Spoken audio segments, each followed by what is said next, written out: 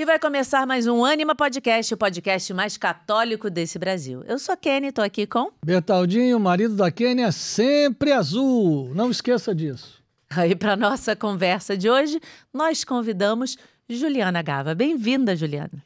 Obrigada, gente, pelo convite. É uma alegria. Vamos falar de um assunto muito importante hoje, né? Importantíssimo. Mas antes de eu dizer qual é o assunto que a gente vai falar, apresentar a Juliana para vocês, lembrar da loja animaoficial.com.br. Olha que hoje eu tô com esses nossos queridos amigos, vou pegar eles aqui para chegar mais pertinho aqui de mim para vocês verem, que é Lúcia, Francisco e Jacinta, na verdade, Lúcia, Santos, Francisco e Jacinta Marta. As pessoas têm dúvidas, mas por que só os dois são santos e ela ainda não é santa? Mas aí, já tá na loja Ânima. Para isso, para vocês descobrirem isso, nós temos o livro com a mensagem de Fátima contando por que Lúcia ainda não é santa. Aí vocês vão entender quem ainda não sabe da história. E temos também na loja Ânima, que não poderia faltar, Bíblia e tantos outros livros maravilhosos.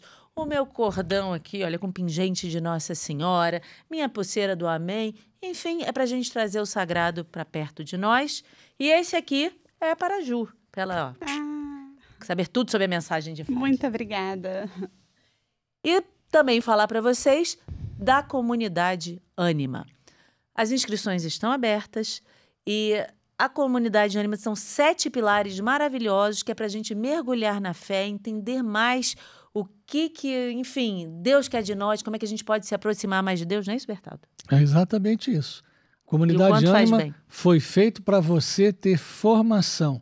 Nós fizemos assim, em resposta a tantos pedidos de tantos amigos aqui da Ânima, do podcast, que diziam, puxa, eu comecei agora, como é que eu estudo o quê? Pronto, a comunidade Ânima é para você, a gente está te esperando lá. É isso. Então, para se inscrever, tem aí o QR Code na tela, é só, ok? Entra e vamos estar juntos. Tem um Zoom com a gente uma vez por mês, fora as aulas maravilhosas que vão ser colocadas a cada semana. Gente, está muito bom. Não percam, então, a gente espera vocês lá na comunidade Ânima. E a nossa querida convidada, Juliana Gava, ela é psicóloga em formação, ela é mãe do Bonifácio, da Antonella e da Helena, ela é casada com Bonifácio Andrada Neto, ela é católica, é mineira, Isso. não é isso? É mineira, está aí esperando grávida aí é Maria Antonella. Ai, que lindo. Em breve a Maria Antonella está chegando. Em breve ela está aí. E tem uma belíssima história que a gente vai falar com as pessoas que eu achei importantíssimo te trazer aqui, que é sobre perdão. Sim. Né? Então, a gente, para entender essa história toda, como é que tudo isso aconteceu na sua vida, vamos lá, vamos voltar aí no tempo. Vamos botar antes do episódio que marcou a sua vida, que mudou a sua vida. Como é que era a sua vida? Como é que as coisas aconteciam? Você já era católica? Como é que era? Sim. Então, começar primeiro a agradecer mais uma vez pelo convite, viu, gente? É um prazer estar aqui com vocês. E eu tenho uma história, né, um testemunho. Nem sempre é fácil a gente ter um testemunho, dar um testemunho, né? Mas quando a gente tem um testemunho que transforma não só a nossa vida, mas a vida das pessoas, é muito gratificante isso, porque a gente vê o agir de Deus mesmo na nossa vida, né? E tudo começou no ano de 2020, né? Eu era casada com meu esposo, Tiago, e mãe da Helena. A Helena tinha 4 aninhos em 2020 e eu tinha 8 anos de casada com o Tiago. Então, assim, né? Era uma família muito, muito bonita, né? Uma família católica, mas hoje eu confesso que não tão praticante quanto a Juliana, pelo menos, né? Falar dela, não tão praticante quanto hoje, né? Mas era uma Juliana que frequentava movimentos da igreja, que participava da missa, mas hoje eu vejo que a minha fé é muito diferente, até tudo acontecer, tudo que aconteceu, que eu vou contar para vocês. Mas a gente tinha uma família muito unida, né? A Helena foi uma filha muito desejada, muito sonhada, única neta da família toda, única sobrinha. E no ano de 2020, no mês de março, 15 de março, era um final de semana e nós estávamos no apartamento que a gente morava. Nós morávamos num apartamento de 4 andares, eu morava no último andar. Isso aonde? Em Barbacena, Minas Gerais. Era um prédio de 4 andares? Um prédio de 4 andares. Você estava no último andar? Eu estava no último andar. E desde que eu casei, né, eu e o Tiago compramos esse apartamento, fomos morar lá. 3 anos depois de casados, a gente resolveu ter nosso primeiro filho. E aí veio a Helena, né? Eu sempre falo que filho a gente não escolhe, mas eu sempre tive desejo de ter uma menina. E Deus me deu esse presente, né, de ter essa menininha, de ter Helena, que veio realmente para transformar a minha vida, né, para me apresentar a maternidade e me fazer muito feliz. E aí, nesse final de semana, do dia 15 de março de 2020, era um sábado para um domingo, nós estávamos no nosso apartamento, né? E naquela madrugada, por volta de umas 4h30 da manhã, mais ou menos, nós acordamos com bastante estouro mesmo, como se fosse tiro, alarme de carro disparado, né? E ainda estava escuro. Me recordo que o Tiago levantou, chegou na janela da cozinha, abriu a janela, olhou, não viu nada de diferente na rua. E quando a gente chegou na sala, que ele acendeu a luz da sala, tinha uma fumaça branca na sala, como se algum fio tivesse dando um curto mesmo.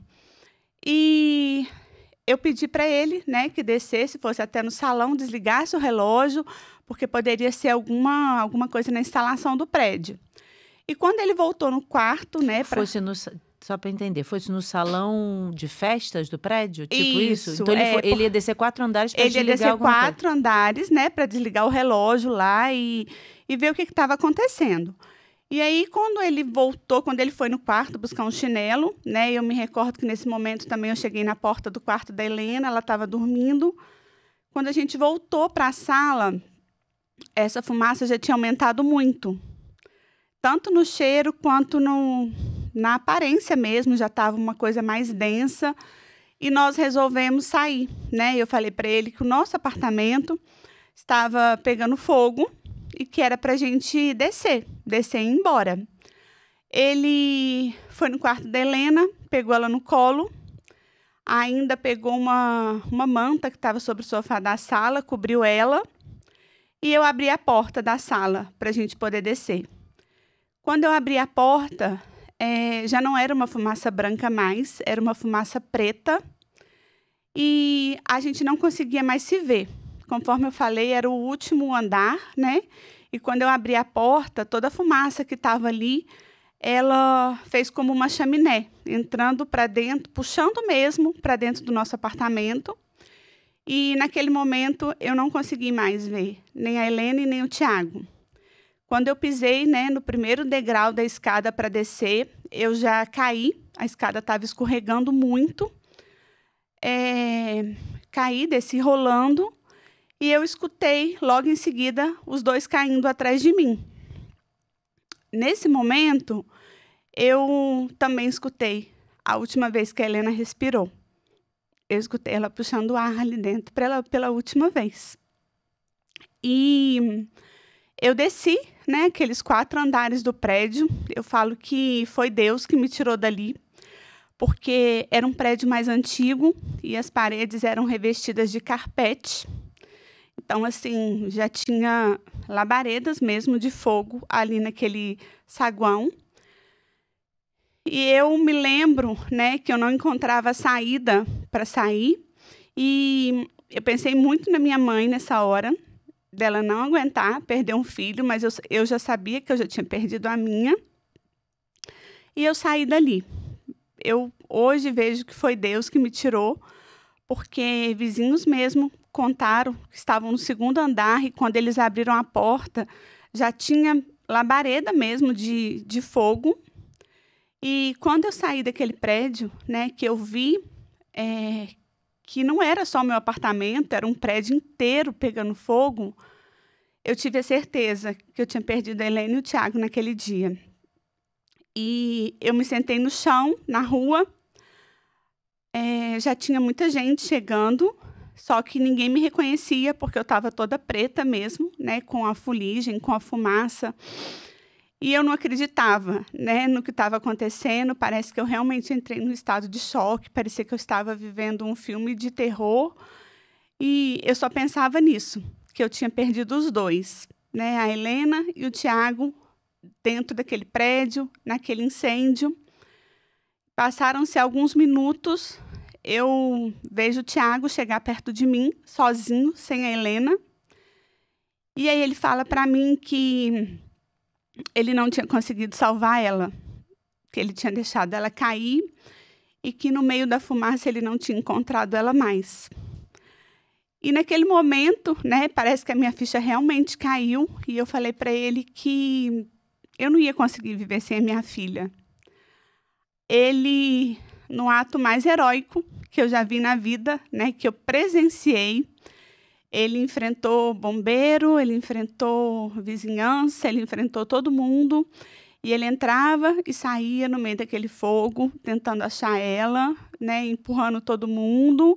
Ele não queria saber se ele estava sendo queimado, ele não queria saber dele, ele só queria encontrar ela ali dentro. Mas, infelizmente, ele não encontrou. Saiu ainda uma segunda vez dali de dentro. E foi até onde eu estava, né, e me falou que realmente ele não tinha encontrado a Helena, que ele estava muito queimado e que ele precisava de ajuda. Nesse momento, ele foi socorrido, né, foi imediatamente entubado. Ele teve 80% do corpo queimado. Foi transferido ainda de Barbacena para o Hospital João 23, em BH. E lá ele ficou 28 dias, né, lutando aí pela vida. Mas, num domingo de Páscoa, dia 12 de abril, o Tiago volta, né, para a casa de Deus, volta para ficar com a nossa filha. E eu recebo essa notícia com um baque muito grande, né, encerrando aí minha família mesmo, não encerrando, devolvendo ela toda para Deus, né? Mas foi muito difícil receber essa notícia também, porque eu já estava ali vivendo um luto da minha filha, que não era fácil, né? Contando com que ele voltasse, mas hoje eu posso falar que Deus teve muita misericórdia dele, porque foi um ótimo pai, um excelente esposo, né? Um filho maravilhoso. Então, eu acho que Deus só teve muita, muita, muita misericórdia, né? Ele era maluco com a filha, tanto que era uma super proteção, até excessiva, de não deixar a menina andar descalça, de estar frio, levar casaquinho na escola. E eu acho que para ele ia ser muito difícil, né, passar por isso. Eu tive a oportunidade de visitá-lo 2 vezes no hospital ainda, e foi cenas bem pesadas que eu cheguei a presenciar. Na minha última visita, eu ainda falei para ele que a Helena não tinha morrido. Eu queria que ele ficasse, né? Eu queria que ele acreditasse que ela estava viva, para ele ter força para recuperar, para se curar, e depois a gente dar essa notícia para ele. Mas, quando ele foi entubado, ele estava consciente e ele falou, né, com os médicos que entubaram, ele falou: a minha filha morreu, não precisa fazer nada comigo, porque eu não quero mais viver. E aí, logo em seguida, ele foi entubado e passou ainda esses 28 dias com um sofrimento muito, muito, muito pesado, né, que eu falo que com certeza levou ele para o céu, para estar do lado da Helena. E a vida, depois disso tudo, né, ficou muito difícil. Eu, além de perder eles, né, meus 2 amores, meu marido, meu melhor amigo, muitas das vezes fez papel de pai na minha vida. Então, a gente tinha 8 anos de casado, mas eram quase 15 de relacionamento. Então, a gente tinha uma história muito bonita, né, da qual eu me orgulho de falar. A gente nunca foi se deitar sem se falar, sem conversar um com o outro. A gente nunca se desrespeitou. Tiago nunca fez derramar uma lágrima no meu rosto. Então, assim, é uma história muito bonita, né, da qual eu me orgulho de fazer parte, de ter sido esposa dele, de ter sido mãe da Helena, da gente ter uma filha que a gente cuidava mesmo, né, com todo carinho, mas a gente vê nessa hora que a gente não tem muito controle das coisas, porque no local que a gente pensa está mais seguro na vida, né? Dentro da nossa casa, com a porta fechada, num final de semana, família toda ali dentro, foi onde eu perdi os 2. Então, além de ter perdido eles, né, eu perdi tudo que a gente tinha conquistado até ali. Queimou tudo? Tudo. Queimou tudo. Queimou o prédio todo? Queimou o prédio todo. O prédio ficou interditado por 2 anos. Graças a Deus, o Tiago era o síndico do prédio e o prédio tinha seguro. Então, assim, o seguro fez a reforma do prédio, mas ficou interditado durante 2 anos. Todos os moradores tiveram que deixar os seus apartamentos, né, se virar. Os outros moradores conseguiram sair das casas? Conseguiram sair. Mas foram muitas pessoas que ficaram feridas mesmo, precisaram, né? Até porque a fumaça é muito tóxica também. Sim. Ela queima logo o pulmão. Ela queima. Por isso que eles não devem ter conseguido respirar e sair. Essa fumaça preta. Eu que estava lá, né? Eu, assim, segurar o ar ali dentro, segurar para não respirar, era muito difícil, porque realmente o cheiro da fumaça, né, era bem... E não dava para sair pela janela, né? Não dava para sair pela janela. É quarto andar, não é? Quarto andar. Na verdade, né, tiveram alguns vizinhos que depois foram resgatados pela janela, né?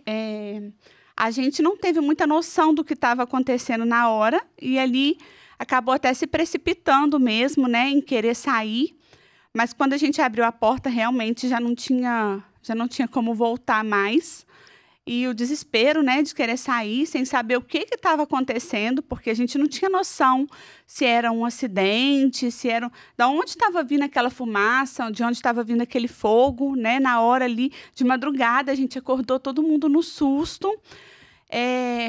Poderia ter sido muito mais trágico, porque o que alertou os moradores para sair do prédio foi alguns meninos que estavam passando na rua de madrugada e viram a fumaça e começaram a tocar o interfone de todos os apartamentos. Porque se eles não tocam, todo mundo ia estar dormindo. 4 horas da manhã. Sim, e aí na hora que... Começa a inalar a fumaça. Começa a inalar a fumaça, ia ser muito mais trágico. Assim, esses meninos ajudaram muito quando tocaram o interfone, né, e alertaram com barulho. Os bombeiros conseguiram chegar a tempo, assim, rápido ou não? Demoraram? Conseguiram. Chegaram bem rápido, né? Mas, assim, na hora ali foi muito confuso, né? Eu não sei nem se tinha uma preparação para todo aquele incêndio, né? Daquela proporção toda. Conforme eu falei, as paredes eram de carpete. Então, assim, o fogo foi muito rápido. E alastrou rápido. E alastrou muito rápido. Porque, né? Agora, voltando... esse fogo, né, foi proveniente de um incêndio que veio da garagem, onde o ex-marido de uma moradora do prédio, por vingança a ela, ele entrou no prédio de madrugada, ele pegou a chave do apartamento, né, do prédio, na mochila do filho, foi para o prédio de madrugada, levou um galão de álcool, jogou no carro da esposa e riscou o fósforo, colocou fogo no carro dela e saiu. Mas, gente... Com o carro na garagem? Com o carro na garagem. O carro dela estava na garagem. E, por vingança, ele colocou fogo no carro dela. E aí, garagem de prédio, né? Os carros ficam todos muito próximos. É muito coladinho ali. Queimou tudo. Tinham, acho que, 16 carros na garagem. Todos muito próximos. Foi um incêndio criminoso. Criminoso. E aí, os 16 carros pegaram fogo muito, muito rápido. Até o porquê dessa fumaça ser tão tóxica, né? Porque era pneu, gasolina, estofado, tudo isso queimando ali junto e todos os carros que estavam na garagem pegaram fogo. Gente, que assim, loucura. Não dava para saber a marca do carro. Então, como é que eles descobriram isso? Pelas câmeras? Foi descoberto pelas câmeras de segurança, né? No mesmo dia. Ainda bem que sobrou alguma câmera, né? Mas na verdade... a filmagem devia estar indo para algum outro local. Para um HD, isso. Estava indo para um HD. Aí então, ficou assim, lá registrado. Ficou lá registrado. E ele foi preso? Ele foi preso. Não, mas nesse dia, aí conseguiram pegar as câmeras para descobrir. Isso, nesse dia, né, a polícia já em investigação, porque foi algo muito... Para ser um acidente, né, a proporção foi muito grande para ser um acidente de um curto. Eles já desconfiaram. Já desconfiaram. E aí pegaram as câmeras dos vizinhos da Redondeza. E aí, no horário, né, esse horário próximo aí de 4h30, 5 horas, eles viram na rua do lado um cara parando um Fiat Idea e descendo com um galão. Ele sai com o galão e volta poucos minutos depois, nesse mesmo horário. E aí, no dia, a polícia perguntou para os vizinhos, né, se conhecia alguém que tinha um Fiat Idea ou alguém próximo ali do prédio. E aí um dos vizinhos falou, né, o ex-marido da fulana tem um Fiat Idea. E aí, na mesma hora, a polícia puxou a ficha desse cara. Ia lá para pegar o filho, coisa e tal, né? Então. Puxou a ficha dele, aí bateu todas as informações. Isso foi quanto tempo depois do incêndio? Foi no mesmo dia. No mesmo dia eles pegaram. E aí pegaram o HD também, né, do prédio, e aí viram. Ele entra, dá para ver ele jogando álcool no carro, riscando fósforo, saindo, fechando a porta e indo embora. Foi para casa dormir, né? Quando a polícia chegou lá, ele estava dormindo, trocou o pijama, deitou na cama e foi dormir. E aí... Calmamente. Calmamente. Depois de matar todo mundo. Jesus amado. O que passa na cabeça de uma criatura? Não passa, né? Nada. Não deve passar. Mas ele queria acabar com o carro ou ele queria acabar com o prédio todo? Qual era a intenção desse... Eu não sei, né? Se ele queria atingir ela, se ele queria acabar com o prédio. Na verdade, ela não estava no prédio no dia, os filhos não estavam. O objetivo era destruir o carro, né? Que era um bem material e acabou aí prejudicando tantas vidas, tantas famílias. E um incêndio que tirou a vida, né, da Helena, do Tiago, que destruiu minha família. Planos, sonhos, tudo assim. Foi por água abaixo. Faleceu mais alguém? Não, só os dois. E alguém teve mais alguma queimadura, sequela? Teve. Não teve hoje não tem sequela, né? Hoje, assim, moradores do prédio têm sequelas psicológicas, claro, né? Então, assim, como era um prédio antigo, tinha moradores que tinha 30 anos que morava lá, mais idosos, né? Então, até hoje, eles sofrem com isso, com tudo que aconteceu. Hoje, o prédio está habitável novamente, né? Muitos deles voltaram a morar lá, mas a vida não é a mesma, né? Tudo muda. Então, assim, sequela mesmo física, graças a Deus, ninguém ficou, né? Na época, teve pessoas com queimaduras. Eu mesmo tive queimadura nas mãos, né? Mas, assim, graças a Deus, não fiquei com sequelas, porque o corrimão era de ferro, então eu me agarrei no corrimão para descer. Então, acabei queimando mão mesmo. Mas, assim, eu posso falar que foi um milagre mesmo eu não ter queimado mais, porque eu desci descalça, eu estava com pijama curto. Não, e o fogo veio de baixo para cima, né? De baixo para cima. Então, quanto mais eu descia... Mais pro fogo você estava indo. Estava escuro, ela não sabia o que ela ia encontrar. Eu não sabia o que eu ia encontrar, eu não sabia em qual andar eu estava. Eu não conseguia respirar. E aflita com o marido e com a filha? Sim. A confusão. Eu não conseguia respirar, eu não sabia em qual andar que eu estava. Nossa, foi muito desesperador. Eu lembro que só quando eu cheguei no salão, porque o andar que dava assim, para a rua era um salão, né? Um salão de festa do prédio. Quando eu cheguei nesse salão, eu lembro que eu vi uma luz, e aí eu pensei, eu devo estar próxima da saída, né? E aí eu me guiei por essa luz para tentar sair dali. Uma outra sorte também, que um dos primeiros moradores que saíram, né, do prédio, ele deixou a porta aberta. Era portão eletrônico. Porque se ele fecha o portão eletrônico, também ninguém saía, né? Porque a energia ali acabou e ninguém ia conseguir abrir. Então, como ele foi um dos primeiros a sair, ele deixou o portão aberto, a porta principal aberta, e aí as outras pessoas, né, conseguiram sair, muitos foram resgatados por janelas, e foram muitas. Acho que feridos foram umas 29 pessoas, mas tinha umas 40 no prédio. Umas 40 pessoas. E imagina quando você soube que o incêndio foi criminoso, que resultou, né, na morte do teu marido e da tua filha. O que você não... Como é que você se deparou com isso, né? Como é que foi você sabendo disso, ainda vendo, porque descobriu no dia. E teu marido ainda no hospital. O Tiago já estava entubado, né? Ele morreu sem saber que foi um crime, né? Então, em momento nenhum ele soube disso. Eu acredito até que ele deve ter sentido uma culpa ali na hora, porque ele era síndico do prédio, ele era muito cuidadoso. Então, ele deve ter questionado em algum momento como que aquilo tudo estava acontecendo, né? Mas ele não ficou sabendo e eu fiquei sabendo só uma semana depois. Eu não fiquei sabendo no dia, né? Minha família me poupou disso. Só que depois a delegada precisava do meu depoimento e aí a minha mãe me contou uma semana depois que tinha sido um crime, né? E não era um acidente. Eu ficava pensando ali durante aquela semana, realmente não dava para entender, né? De onde que veio aquele fogo, até cogitei essa ideia, mas eu falo que desde esse primeiro momento, quando eu soube, Deus já teve um cuidado muito, muito especial na minha vida, sabe?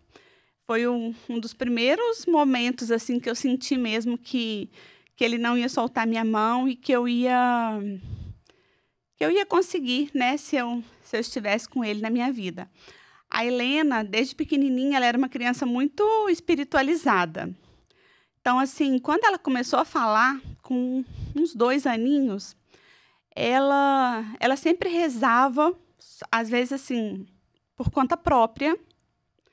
Ela não aceitava de dormir sem rezar.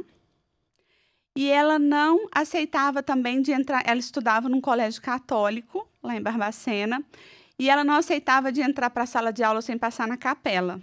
Ela tinha que passar na capela todos os dias. Se ela tivesse atrasada, não importava. Ela tinha que passar ali, ela tinha que ajoelhar, ela tinha que rezar, pedir pelos amiguinhos da forma dela. E aquilo ali me encantava muito, assim, sabe? Por mais que a gente incentivava e ensinava, eu via que era uma coisa muito dela também. Era genuíno, né? É. E aí, né, ela... Nessa semana, aliás, essa semana não, desde quando, né, ela começou a falar, ela sempre me falava assim, mamãe, eu não quero virar estrelinha. Sempre falava. E eu cheguei na escola perguntar sobre isso, né? Na época. De onde é que ela tirou essa ideia, né? Gente, de onde ela tirou essa ideia? É só uma criança, por que ela está falando isso, né? Já teve vezes, assim, dela chorar mesmo, dela começar a chorar, falando que não queria virar estrelinha, que não queria virar estrelinha. E eu falei assim, gente, eu não falo isso aqui na minha casa.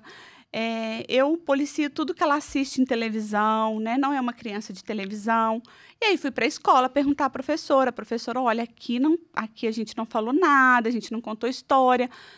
E foram umas 2 vezes que eu procurei saber, né? Numa das vezes a professora até me orientou a procurar um padre para conversar com ela, explicar, né? E aí no sábado, antes disso tudo acontecer, isso aconteceu na madrugada de sábado para domingo. No sábado eu tinha chegado do trabalho, né? Eu tinha uma loja de roupa infantil. E eu cheguei do trabalho, estava brincando com ela em cima da cama, eu, ela e o Thiago. E aí, pela primeira vez, ela falou assim, mamãe, eu preciso te contar um segredo. E aí eu falei, tá bom, filha, pode contar. E ela falou assim, mas o papai não pode saber. Então, tá bom, então conta no ouvido da mamãe. E aí ela chegou no meu ouvido e falou assim, mamãe, você sabia que eu vou morrer? Ela te falou isso? Uhum. E ela nunca tinha falado morrer. Ela tinha falado sempre estrelinha. Nunca tinha falado a palavra morrer. E ela falou aquilo assim, rindo, sabe? Bem. E eu levantei da cama na mesma hora e falei assim, Helena, a mamãe não quer que você fale mais isso. Onde você está vendo isso? E ela falou, aí ela voltou no meu ouvido e falou assim, mamãe, o Papai do Céu, ele está vindo todos os dias de noite. Só que eu não quero ficar sozinha. E aí eu levantei muito nervosa da cama naquele dia. O Thiago quis saber, na hora eu não quis contar para ele, porque ele tinha muita loucura com a filha. Na hora eu não quis contar, ele insistiu, porque ele viu que eu fiquei muito mal. E eu contei para ele, né, o que ela tinha falado. E eu falei para ele assim, olha, segunda-feira eu vou procurar um psicólogo para Helena, porque não é normal uma criança de 4 anos falar isso. E na mesma hora também eu contei para minha mãe sobre isso. Eu escrevi a mensagem e mandei para minha mãe, falando que na segunda-feira eu iria procurar um psicólogo para Helena, porque ela tinha me falado que ia morrer. Isso foi no sábado à tarde. Na madrugada de domingo, ela realmente faleceu. Então, assim, essa espiritualidade dela, sabe? Hoje eu acredito que realmente ela tinha... Eu acho que ela sabia da missão dela aqui, né? Do tempo que ela ia ficar aqui. E ela viveu muito intensamente isso. E no sábado, logo depois que esse episódio aconteceu, nós fomos para um aniversário, uma festinha de criança. E lá na festinha estava tendo pintura também, né? Pintura de rosto. E as crianças pintando lá unicórnio, vários desenhos. E a Helena falou assim para mim: mãe, eu quero pintar uma borboleta azul. Eu falei: mas por que uma borboleta azul? Os outros bichinhos estão tão bonitos. E eu insistindo com ela lá na fila da pintura. E ela: não, eu quero uma borboleta azul, quero uma borboleta azul. E ela pintou essa borboleta azul. Foi o último vídeo que eu fiz da Helena, ela pintando o rostinho com essa borboletinha azul. E aí, na sexta-feira, quando a minha mãe veio para me contar, né, da notícia, ela me contou, eu lembro que foi à tarde, logo depois do almoço, e na parte da manhã eu estava conversando com uma amiga. Veio te dar a notícia do que incêndio criminoso. Que foi um crime. Eu conversando com uma amiga, né, e aí eu falei para ela assim, o último vídeo que eu fiz da Helena foi ela pintando essa borboletinha azul. E isso para mim ficou muito marcado. E na escola, naquela semana, eles estavam aprendendo sobre uma poesia das borboletas. E na poesia falava das cores das borboletas. E falava: as borboletas azuis gostam muito de luz. E o nome Helena significa luz. E eu falei para ela assim: toda vez que eu ver uma borboletinha azul, eu vou lembrar da Helena. Porque ficou muito marcado para mim, né? Esse vídeo, essa pintura, ela estudando, decorando essa poesia na escola. E aí, quando a minha mãe veio me contar que foi um crime, eu estava na sacada do prédio dela, sentada numa cadeira de balanço que tem lá. E logo que ela me contou, veio uma borboleta azul e pousou na sacada. E assim, foi um momento muito forte. E veio muita paz no meu coração, sabe? Como se ela realmente estivesse me falando que o motivo da morte dela foi só um motivo, que a missão dela tinha sido cumprida, né, e que não ia mudar nada, aquilo ali não ia mudar nada. Essa borboleta veio, pousou e saiu assim, voando, parecia uma luz, parecia que tinha uma luz, né? As borboletas azuis são muito bonitas, não sei se vocês já viram, mas parece que elas são até iluminadas, né? E me veio uma paz muito grande, sabe, quando isso aconteceu, de pensar que ela estava bem, né, que ela estava no céu, que a missão dela tinha sido cumprida lindamente aqui na Terra, né, e que era para eu ter orgulho da filha que ela foi. E, enfim, não foi fácil passar por tudo isso, né? Logo depois veio a perda do Thiago e a minha vida realmente zerou. Eu tive que começar do zero em todos os sentidos. Você não tinha, como você falou, nem eles, que são o principal, e nem nada, né? Porque queimou sua casa toda. Nem nada. E eu aprendi muito com isso, porque da noite para o dia eu precisei voltar para a casa da minha mãe, né? Na segunda-feira eu não tinha uma roupa para vestir. Então, assim, lembro de amigos chegando com chinelo, com pijama, e eu precisei reconstruir realmente tudo, né? E uma das coisas que me marcou muito, assim, é que dessa vida a gente não leva nada material. E hoje muitas pessoas são tão apegadas a isso, né? Eu falo que a minha filha tinha um guarda-roupa de boneca, né? Sapatinho combinando com meinha, aquela coisa bem de menina mesmo, né? E você tinha uma loja de roupa infantil, sim, imagina, ela devia ser uma boneca. Na realidade dessa vida não se leva nem o próprio corpo. Não. Nem o seu corpo você leva, né? É verdade. E às vezes as pessoas ficam com tanta ganância, com tanta coisa. Por coisas que pode acabar tão de repente, né? E a gente esquece de valorizar outras. E aí, voltando, né, no caso da Helena, que eu tinha esse cuidado mesmo de mãe, de ter lá as coisinhas todas arrumadinhas. E aí, na hora de enterrar minha filha, não tinha nenhuma roupa para colocar nela. Foi preciso ir lá na minha loja, né? A minha cunhada, eu acho que na época, ir lá na minha loja, ver um vestidinho que cabia nela para poder colocar, para poder enterrar a Helena. Então, isso ficou muito marcado também em mim, né? Que a gente só leva e só fica o amor, né? O restante, para que isso, né? Para que a gente ter essa ganância com coisas materiais? Para que a gente querer sempre mais? A vida é um piscar de olhos, né? Eu não imaginava nunca, nunca, nunca perder minha filha com 4 anos. Então, assim, isso para mim era algo que eu não gostava nem de pensar nessa possibilidade. E para mim ela não existia. Tanto que quando ela falava virar estrelinha, aquilo me doía, né? Dói a alma, né? Escutar um filho falar isso, falar que vai morrer e tão pequenininha. Até porque as mães, né? A mãe não está preparada. E ainda mais com tanta certeza tá. assim, né? Não tá. Não é a ordem cronológica da coisa. A gente não foi preparado para perder um filho. Não foi. E não é fácil, né? Todas as mães aí que já perderam, sabe que realmente é a dor que não tem nome, porque a gente não sabe descrever. É um vazio muito grande mesmo, né? Como se amputasse uma parte da gente. Hoje Se a gente não foi acostumado ou preparado nem para perder a própria mãe, eu perdi a minha mãe. A Kênia perdeu o pai. Né? E óbvio, claro, evidente que na linha comum você vai perder a sua mãe e você vai perder o seu pai. Né? E você não está nem preparado para isso. Que dirá o filho? Quem é capaz de entender essa dor é Nossa Senhora. Sim. Porque quando ela foi apresentar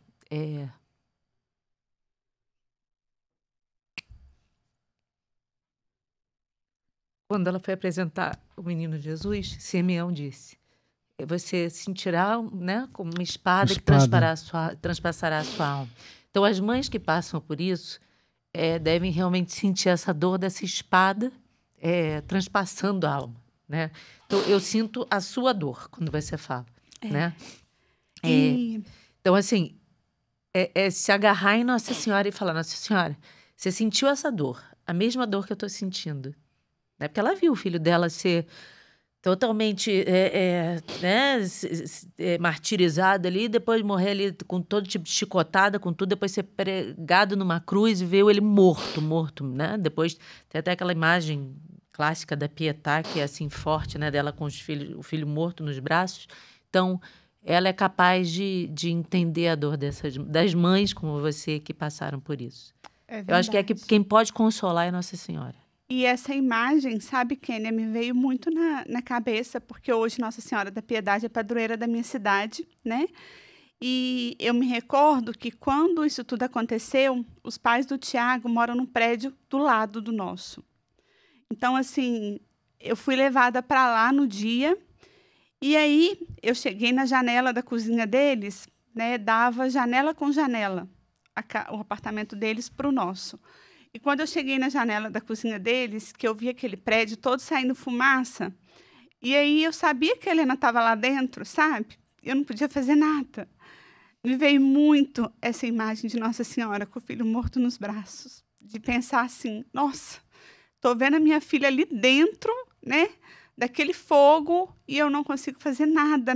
E eu pedi para Nossa Senhora realmente me dar forças, né? Cuidar do meu coração, me ajudar a entender. Hoje vai fazer, né, em março, agora o próximo ano, fazem 5 anos, mas parece que foi ontem, né? As cenas ainda são muito fortes. A saudade, né? Hoje eu passei por muitas coisas, né? Depois disso tudo, que me levaram também a compreender a morte, né? A ver a morte de outra forma, a aumentar a minha fé, mas falar que a gente supera, né? E que a saudade passa, eu acho que isso é muito difícil, assim, de pensar, porque a gente está sempre imaginando, né?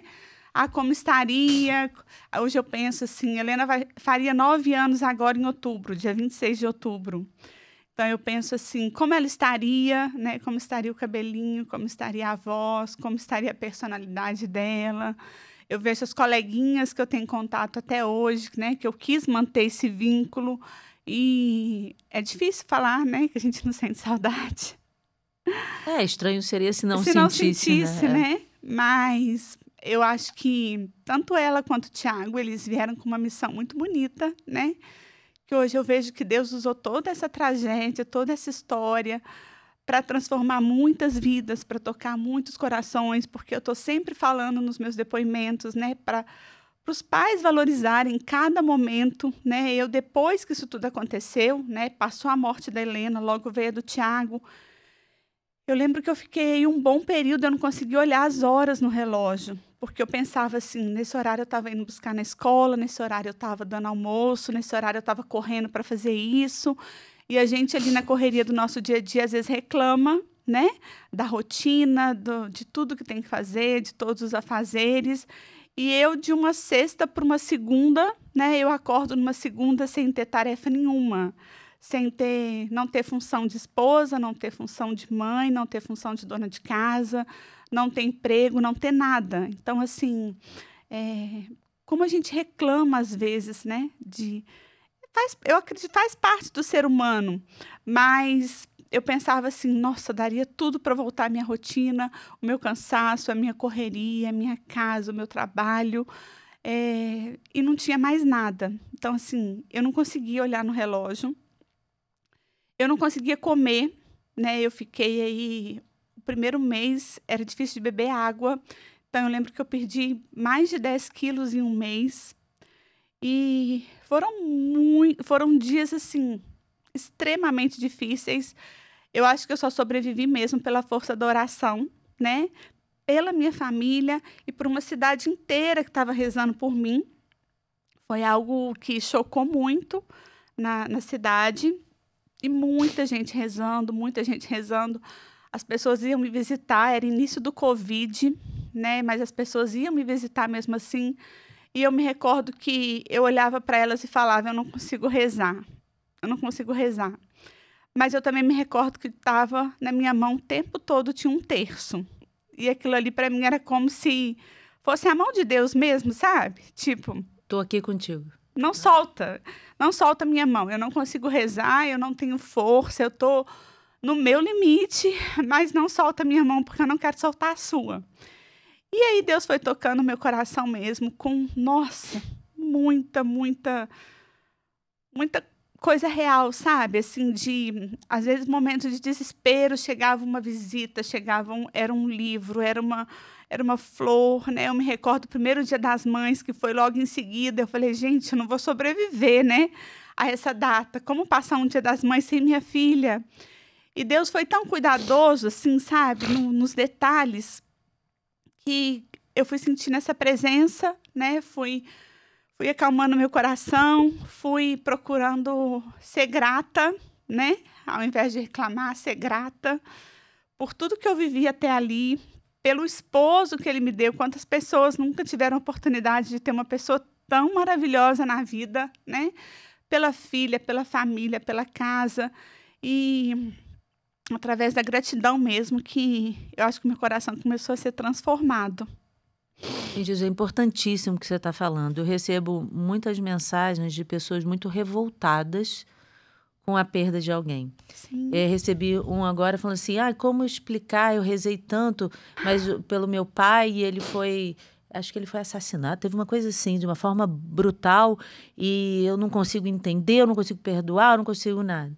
Acho que o grande segredo, eu até escrevi isso para ela, eu falei assim, agradeça por você ter vivido com seu pai durante esses anos todos, você está dizendo que ele era um homem bom, que bom que ele era um homem bom, então, obrigada, Senhor, por ter tido um pai bom, obrigada, Senhor, e agradecendo, né? Você agradeceu os 4 anos que teve com a sua filha, o marido bom que Deus te deu, os anos que vocês viveram juntos, porque realmente esse louvor de gratidão, mesmo na dor e no desespero, isso vai transformando. Sim. Isso vai transformando, isso vai ressignificando aquela dor toda que você está ali. Porque se revoltar não adianta nada. Não. Você vai brigar com Deus, você vai ter 2 trabalhos. O de brigar é depois de fazer as pazes. Porque a gente sempre perde quando briga com Deus. Né? A gente não pode brigar com Deus. Não tem como. A gente vai perder fatalmente.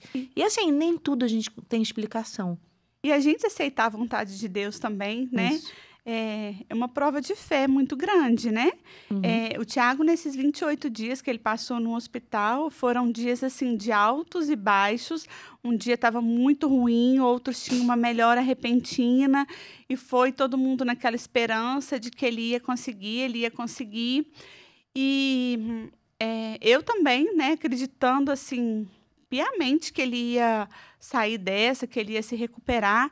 Mas eu tinha ido lá visitar ele, eu sabia das condições dele, né? Então, assim, o Tiago era um homem extremamente vaidoso, sabe?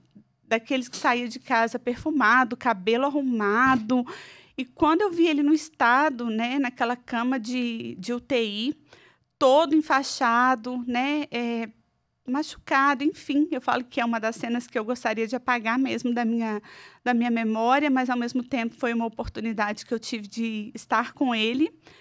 E aí eu me recordo que no sábado, ele faleceu no domingo de Páscoa, né? No sábado ele já tinha tido uma piora bem relevante mesmo, assim, de ter voltado. Ele começou a recuperar na quinta-feira, né? Ele teve uma melhora muito boa.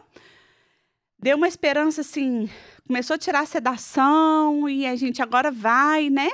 E aí, na sexta-feira da Paixão, ele acordou, né? E acordou agitado e com muita dor. Eu queria, né? Eu pedi para estar lá quando ele fosse acordar, mas realmente não deixaram. O risco de infecção é muito grande, né? Na UTI aí com parte de queimaduras. A gente não pode realmente ficar entrando, não podia tocar nele, enfim. Ele acordou na sexta-feira, precisou ser entubado de novo, e aí no sábado teve uma piora que já não era muito animadora. E aí eu lembro da mãe dele falando para mim que naquela noite ela rezou, né? E quando ela rezou o Pai Nosso, ela falou que na parte que fala seja feita a vossa vontade, ela falou que rezou bem baixinho, né? Mas ela entregou e falou, seja feita a vossa vontade. E naquela noite, o Tiago morreu.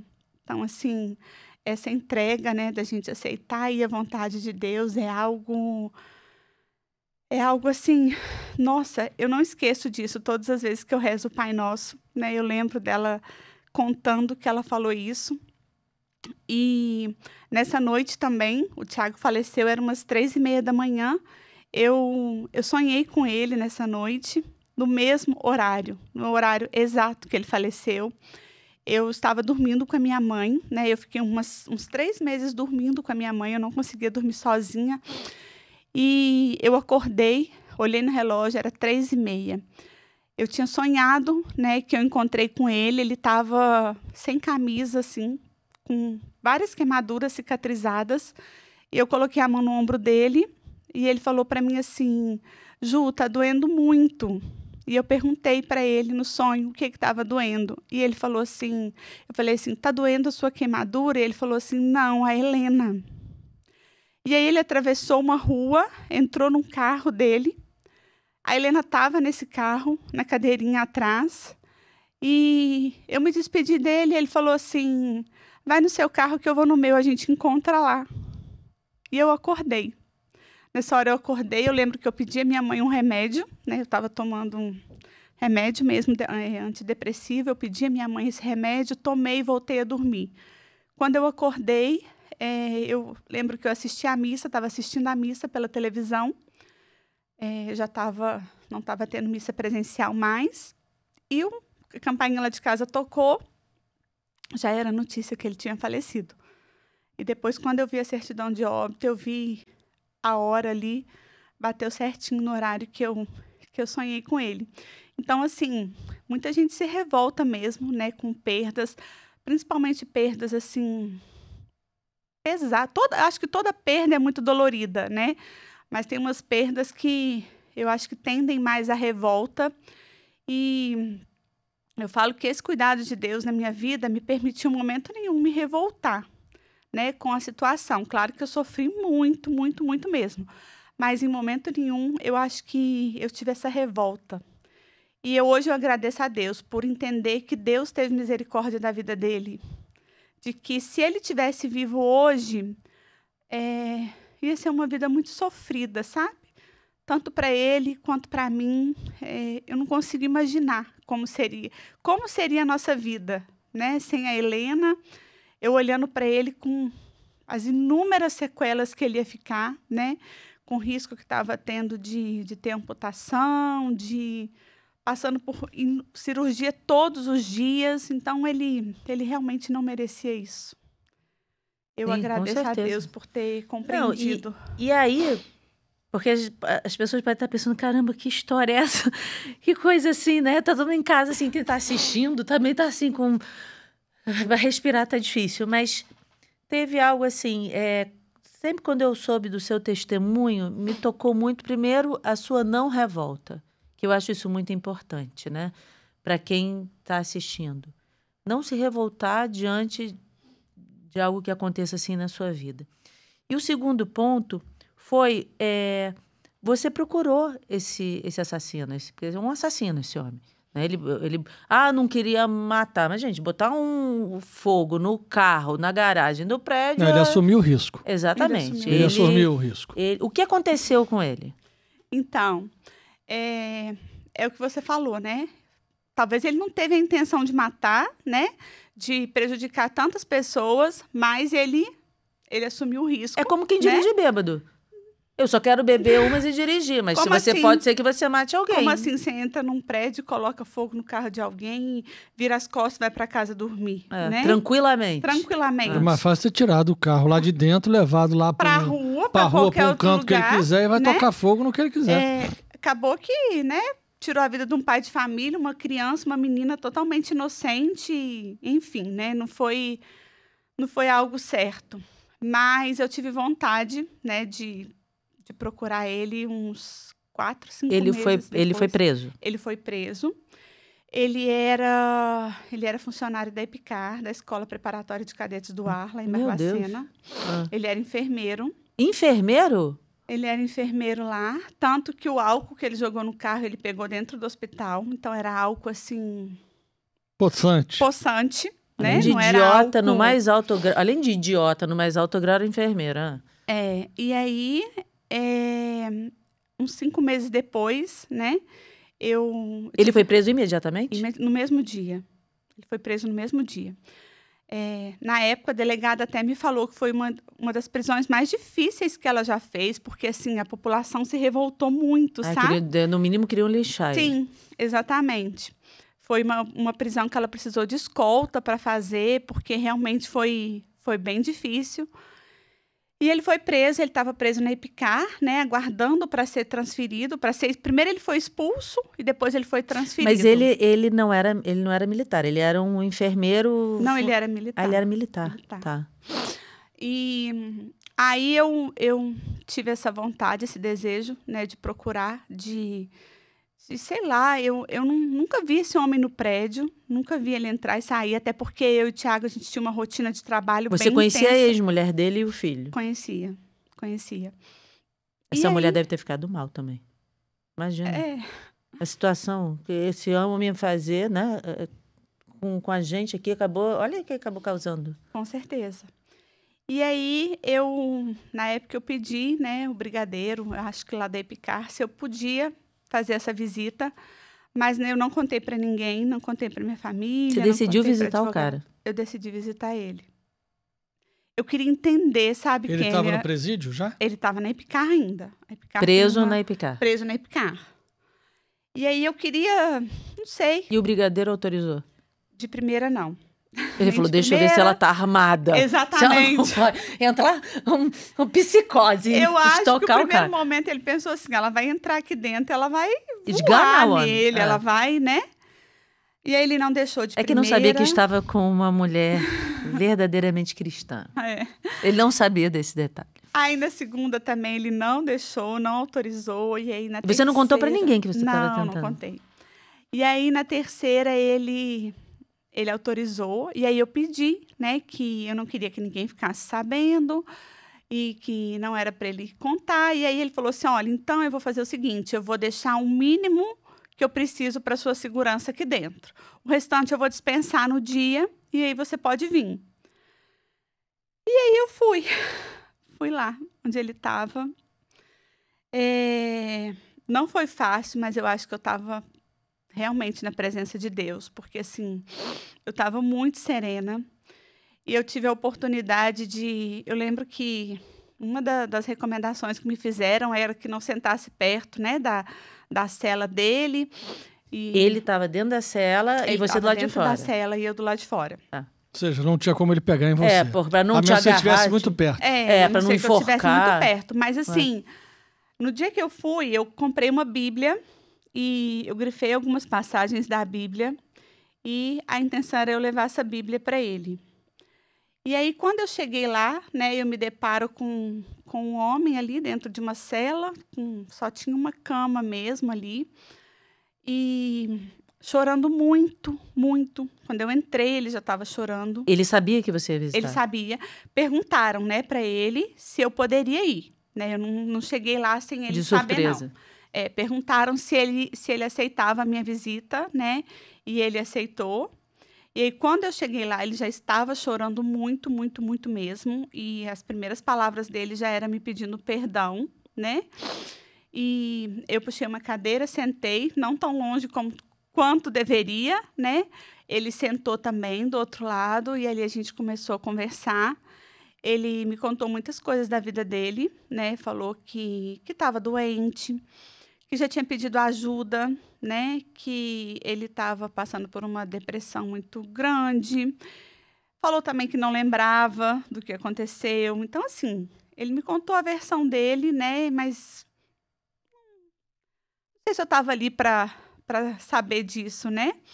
E aí ele me pedia perdão o tempo todo.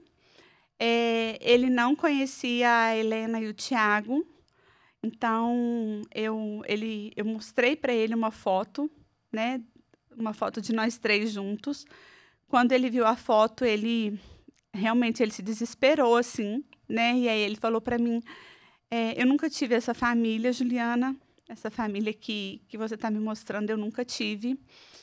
E ele até me pediu para ficar com a foto no dia. E a gente teve a oportunidade de conversar por mais ou menos 1 hora, 1h30. Ficou alguém ali perto? Ficou, né? Ficou o pessoal da segurança lá. Tinha gente lá perto. E depois que a gente terminou, né, de conversar, eu consegui olhar no olho dele e falar que eu perdoava, que eu não queria ser a juíza da vida dele, né, que não caberia a mim ser juíza nem da minha própria vida. Claro que eu nunca cometi nada para tirar a vida de alguém, mas que eu também era uma pecadora, né, e que eu tinha uma Bíblia para ele, que era para ele procurar Deus, que eu acho que algumas respostas a gente não ia ter aqui nessa vida, nem eu nem ele, né? Os porquês a gente não ia encontrar resposta, somente o para quê. E aí eu entreguei para ele essa Bíblia, né? Ele ficou muito grato, falou que ia ler. E eu falei para ele que um dia no céu a gente ia entender por que a gente passou por aquilo tudo ali. E aí, nesse momento, ele me pediu se ele podia ler uma passagem da Bíblia para mim. E quando eu me casei com o Tiago, no primeiro mês que a gente se casou, a gente começou a participar do movimento das equipes de Nossa Senhora. E o movimento das equipes, né? Todas as noites, a gente rezava o Magnífica juntos. Então, a gente tem, né, as orações, e enfim. E a gente rezava a oração do Magnífica junto todas as noites. Ele pegou a Bíblia, Kênia, abriu aleatoriamente e leu o Magnífica. Que coisa, né? Ele leu a oração do Magnífica. Nessa hora, assim, eu desabei. Eu não dei conta, porque uma das minhas preocupações quando eu fui lá, não foi fácil, assim, eu não decidi da noite para o dia ir lá conversar com ele, né? E levar essa sementinha aí do perdão no meu coração. Foi um processo que eu fui trabalhando em mim mesmo. Mas eu pensava muito no Tiago. Eu falava assim, gente, se o Tiago tivesse aqui, ele ia querer matar esse homem. Porque, assim, nossa, pensar que esse homem fez o que ele fez e que tirou a vida da Helena, ele não ia perdoar nunca, né? E eu pensava assim, o Tiago não vai me perdoar. se eu fizer isso, ele não vai me perdoar um dia. E eu fui, mas a única coisa que eu levava, assim, de ressalva no coração. ressalva Era isso, sabe? Pensar assim, nossa, ele não vai me perdoar um dia. Um dia, quando justamente... quando eu chegar lá, eu converso. Quer dizer, o medo que você tinha foi justamente na oração que você abriu, que era a oração que vocês faziam juntos. Era a oração que a gente fazia junto. E que ele abriu aleatoriamente. E aí eu pensei assim, gente, eu tive a certeza. Eu falei, gente, o Thiago tá no céu e acho que era isso que ele queria que eu fizesse. Que você perdoasse. Que eu perdoasse. Porque eu só consegui continuar a minha vida depois que isso aconteceu. Hoje eu vejo que se eu não tivesse feito aquela visita para ele, se eu não tivesse perdoado, eu não estaria colhendo os frutos que eu estou colhendo, sabe, Kênia? Eu acho que eu teria me tornado talvez uma mulher mais amarga, eu teria afastado de mim muitas pessoas, eu teria tido uma revolta mesmo, né? Porque num caso como esse meu, é muito difícil não revoltar, né? Você não ter uma revolta com um homem Por isso desse, que eu fiz questão com de a situação, entendeu? Isso. Até mesmo com Deus, de pensar, né? Onde estava Deus que me abandonou, que fez uma coisa acontecer com a minha família que era totalmente inocente. Não, eu era uma pessoa que rezava, a minha filha passava na capela antes, eu frequentava a equipe de Nossa Senhora com meu marido. Por quê? Aí as pessoas se perguntam, por que comigo? Por que eu fui castigada assim? Tem sempre essa... Eu estou fazendo as perguntas que as pessoas do outro lado fazem quando passam por essa situação. Sim. E que você não fez, né? Você não botou isso em xeque hora nenhuma. Né? O que você está me contando aqui, você não abriu espaço no teu coração para revolta. Né? Peraí, deixa eu botar Deus aqui no centro da minha vida e deixa eu agradecer. Você começou agradecendo, que é importantíssimo a gente fazer isso sempre. Começou agradecendo. Ou seja, você foi tirando todo o rancor, qualquer coisa que pudesse dar rancor, raiva, qualquer vozinha soprando ali no teu ouvido, você vai perdoar? Olha o que ele fez, acabou com a tua família, não sei o que, entendeu? Exatamente isso. E assim, era um dos motivos que eu não queria que ninguém soubesse, sabe? Quando eu fui lá, para não ter essa influência, né? Como assim você vai lá, você ainda vai visitar, você ainda vai perdoar, você ainda vai ouvir o que esse homem tem para te falar? Ele não tem nada para te falar, né? Então, assim, depois disso eu nunca mais o vi, né? Ele foi transferido para uma penitenciária em BH e há uns 2 anos atrás foi decretado prisão domiciliar. Então, hoje ele cumpre prisão em casa. Caramba, depois de quantos anos? 2 anos preso? Ele ficou 2 anos preso. Qual foi a pena dele? Ainda não teve julgamento. Gente, peraí. Não teve Vai julgamento? fazer 5 anos, ainda não teve. Não julgou gente? ainda? Ainda não. Ele vai, né, para o júri.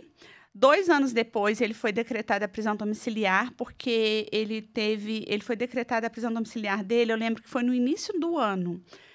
Por aí, março, fevereiro, estavam fazendo 2 anos. E ele tinha tido aí no último mês inúmeras tentativas de suicídio. Então, assim... É uma pessoa muito doente. Ele é um homem muito doente. Então, hoje ele cumpre, né, prisão em casa. Eu sei que ele mora perto da minha casa, perto, assim, bairro bem próximo, mas, graças a Deus, nunca mais encontrei, né? Eu tive a oportunidade de encontrar com a mãe dele, uma senhora também que eu sempre rezo por ela, porque eu falo que a dor dela é muito pior do que a minha. Então, eu tive a oportunidade de encontrar com ela o dia que eu fui prestar depoimento no fórum, né? Que estava todo mundo lá com cartaz, gritando justiça, querendo o fim dele. E aquela senhora estava sentadinha, né, encolhidinha, lá no portão do fórum. E quando eu vi ela, aquilo ali me partiu o coração, né? E eu abaixei... Ela deve estar pensando onde ela errou. Eu abaixei perto dela e ela falou assim, eu daria tudo para trocar de lugar com você. E aí eu falei para ela, eu não trocaria de lugar com a senhora, porque eu prefiro que a minha filha esteja no céu, né, do que estar passando por isso. E um dia também encontrei com ela numa procissão, né, que teve na Semana Santa, do descimento da cruz. Eu olho para o lado, ela estava do meu lado ali, naquele momento. E aí eu só abracei ela, né? Ela falou assim, a vida está muito difícil, Juliana. E eu falei, eu imagino.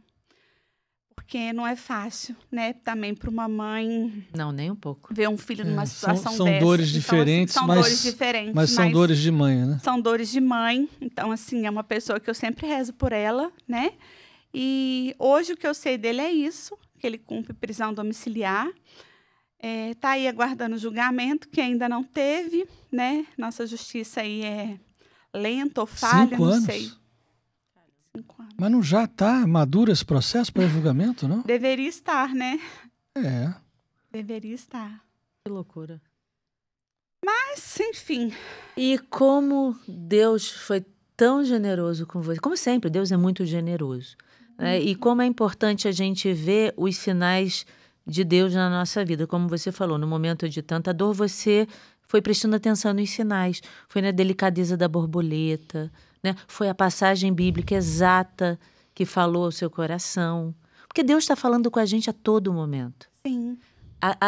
O grande ponto-chave disso é a gente abrir esse sentido e perceber como Deus é delicado a todo momento. Deus é delicado com a gente a todo momento. É uma coisinha que acontece ali, uma coisinha... Eu estou falando de uma borboleta, que é uma delicadeza maior. Dele, né? Exatamente. Ele cuidando, ele dizendo, eu estou aqui. Olha só. E manda... Que coisa mais delicada que uma borboleta? Sim. Né? É uma delicadeza. E foram inúmeras vezes depois, eu ficaria aqui horas ainda contando... que essa borboletinha apareceu em momentos da minha vida, a mesma borboleta azul, que eu falo assim, gente, não tem explicação isso aqui. É algo... Como assim uma borboleta vir parar aqui, né? Então, assim, eu vejo que são cuidados de Deus e não só isso. O sobrenatural nisso, né? O sobrenatural mesmo, né? Porque a gente está atento, a gente está com essa conexão com Deus, a gente consegue enxergar Ele nos detalhes do nosso dia a dia, né? Agora, quando a gente se afasta, né? Ou se revolta, a gente não consegue enxergar isso. É exatamente isso. Porque parece que entra um véu preto na sua frente e você só vê a sua revolta, a sua raiva, a sua vontade de vingança, o seu ódio pela pessoa, porque isso, porque comigo, porque Deus permitiu. Você só vai com essas indagações. Então, é esse véu que precisa ser tirado. É verdade. Para permitir ver toda essa delicadeza e toda essa beleza. E aí Deus, como eu falei, que é tão delicado, tão maravilhoso sempre, e viu a sua docilidade... Porque você é uma alma belíssima, Juliana. Você é uma pessoa que tudo que está contando pra gente, a gente tá assim. Você é uma flor. Obrigada. Assim, aquele lírio lindo, assim, maravilhoso, cheiroso. E Deus viu e falou assim, que flor bela que eu plantei lá. Olha só que beleza. E aí Deus falou assim, mas espera aí, Juliana, vamos continuar uma história linda na sua vida. E eis que... Você. Pois é. Depois que aconteceu isso, né, dessa visita e tudo, eu comecei a rezar todas as noites e pedir para Deus. Eu falava assim, olha, Deus, se tiver que transformar minha vida, faça como na vida de Jó, né? Jó também perdeu tudo. Ele só não perdeu a fé dele. E aí eu falava para Deus assim, a minha fé é muito pequena perto da de Jó, mas não me deixa perder ela, porque é a única coisa que eu tenho. E se um dia, né, o Senhor tiver que restaurar, reconstruir a minha vida, que seja me dando tudo em dobro, né? O Senhor sabe o esposo que eu tive, o Senhor sabe a filha que eu tive, a família. O Senhor conhece meu coração no desejo da maternidade, né? O Senhor conhece a Juliana aí há 36 anos, que quando isso aconteceu eu tinha 36 anos. Então, que seja feita a sua vontade na minha vida, né? E que... se for para reconstruir uma história, que seja feita como na vida de Jó, né? E eu comecei a reconstruir, né? E aí rezando, e o tempo todo você caminhando com o Senhor ali. Sim. O tempo todo de mão dada ali com ele, falando assim, vamos embora, Senhor, estamos juntos. Não dava para soltar a mão, né? Não era a única coisa que eu tinha. Nenhum momento. O Bertaldo pediu a Bíblia, ele está procurando aqui. Não, eu tô lendo um negócio aqui, pode seguir aí. Pode seguir, achei que você fosse querer ler alguma coisa da Bíblia. Daqui a pouco. E aí fui seguindo, né? Graças a Deus, conforme eu falei, com o apoio da minha família, dos amigos, muita oração. Hoje eu falo que eu conheço a força da oração das pessoas. Quando alguém fala que vai rezar para você, acredito que essa oração, acredite, né, que chega mesmo. Então, rezem pelas pessoas, né? Estejam presentes quando está passando por um momento difícil, porque... essa oração chega mesmo no céu. Não, isso é fundamental que você está falando. Até porque as pessoas, eu escuto muita gente falar assim, mas Deus vai ouvir minha oração, rezando por isso ou por aquilo. Mas é uma coisa tão pequena. Deus está preocupado com a guerra lá do Hamas com Israel. Eu falo, gente, Deus está preocupado com a guerra. Mas também está preocupado com você. Você também é importante para Deus. Né? Seja o que você está pedindo ali, pode ser uma coisa pequena, mas Deus está preocupado com você. É verdade. E o que você está dizendo, é muito importante a gente rezar pelo outro. Sim. Isso muda muita coisa. Quanta gente não rezou por você também? Nossa, que muita. Te sustentou, te ajudou? Muita. Nisso tudo. E eu também, né, comecei a enxergar não, eu pensei, agora eu tenho 2 intercessores no céu, né, porque a Helena e Tiago aqui na Terra, eles só queriam o meu bem, eles só me ensinaram o amor, só sobre o amor, né, conforme eu falei lá no início, Tiago nunca me fez derramar uma lágrima. Então, assim, era um homem que mandava mensagem para mim, perguntava, você almoçou? Você levou casaco? Ju, não anda descalça, tá frio. Então, assim... Cuidadoso, né? Cuidadoso, sabe? E eu pensei assim, eu só aprendi o amor com eles. Por que eu vou escolher viver na dor? Né? Eu quero honrar esse amor até o dia que Deus permitir que eu fique aqui na Terra. Eu quero honrar esse amor que eles deixaram e que eles vieram com essa missão de me ensinar, né? E querem aí, talvez, que eu espalhe isso para o mundo. Então, minha vida começou a ser transformada depois dessa sementinha do perdão e depois que eu comecei a fazer essa oração, né? Comecei aí a um novo empreendimento, a trabalhar, a sair de casa, né? A não ficar ali alimentando essa dor. E logo depois eu conheci o Bonifácio, né? Que hoje é meu atual esposo. Também vem de uma história aí de reconstrução muito, muito bacana, né? Um homem de Deus que sempre quis construir família. E a gente começou a conversar, né? Compartilhar aí as nossas histórias, os mesmos desejos, as mesmas vontades. Ele também me ajudou muito a compreender a morte, né? A entender esse caminho aí para o céu, porque todos nós podemos ser santos, né? A gente tem que buscar essa santidade para a gente ir para o céu, e é uma missão que a gente tem aqui na Terra. Então, a gente tem uma história muito bonita, que eu acho que daria outro podcast, de tão bonita que é, e a gente teve... Você conheceu o Bonifácio onde? Eu conheci na casa da minha cunhada. Não conhecia, né? Da sua cunhada, irmã dele? Da minha cunhada, casada com meu irmão. Casada com seu irmão. Sim. Conheci ele lá, né? Numa reunião de amigos. E a gente começou mesmo a conversar bastante, né? O Bonifácio estava vivendo um processo de nulidade de casamento. Então, a gente aguardou esse processo também sair, né? Essa resposta dessa nulidade sair, para a gente poder oficializar aí o nosso namoro. Então, a gente teve aí um longo tempo para conversar muito, se conhecer, né? Ver que a gente tinha os mesmos propósitos, a mesma vontade de procurar Deus. E conforme eu falei, ele me ajudou muito a crescer na fé, né? Uma coisa que ele me falou lá no início e que eu levo até hoje é como que Deus usou toda essa tragédia na minha vida, né? Para transformar outras vidas. Então, era para eu, por mais dolorosa que fosse essa minha história, por mais difícil que fosse eu vir, ir nos lugares, né, dar o meu testemunho, porque não é fácil eu vir aqui reviver, contar, mas que eu podia ter certeza, né, que depois de cada testemunho, muitos outros corações sairiam tocados e transformados, e realmente isso acontece muito. E aí, no ano de 2022, a gente se casou no mês de outubro, 22 de outubro. E logo que a gente se casou, né, eu também coloquei para Nossa Senhora o desejo do meu coração de ser mãe novamente. Logo que eu me casei, e eu falei para ela, né, que ela conhecia aí a minha maternidade, que ela me conhecia. Se fosse da vontade dela, eu ser mãe de novo, né, que ela me desse essa oportunidade. Eu já estava aí com 38 anos, já não é tão fácil engravidar assim, né, já é uma idade aí mais próxima aí dos 40. E 15 dias depois, 20, que eu casei, né, eu descubro a gravidez do Bonifácio. Então, foi um presente muito grande na minha vida, né, poder gerar ele, e hoje eu falo que é uma criança que eu olho e penso assim, quanta coisa precisou acontecer na minha vida para esse menino vir ao mundo, né? Quanta quanta dor eu vivi, quantas perdas para ele poder nascer. Então, não tem como eu não olhar para o olhar dele hoje e não enxergar o amor de Deus, né, na minha vida. Não, gente, pensa no menino bonito. Pensa no menino bonito. Eu fiquei olhando com os olhos azuis, assim, piscina. Que menino lindo. Que menino lindo. E ele, por incrível que pareça, eu não sei se você já viu foto da Helena, mas ele tem o olhar dela. O olhar dos dois é idêntico. Todo mundo fala que eles se parecem muito. Eu não acho assim, né? Eu acho que ele parece muito com o pai, lembra muito, mas o olhar dele é idêntico ao dela. Então, assim, é algo mesmo impressionante.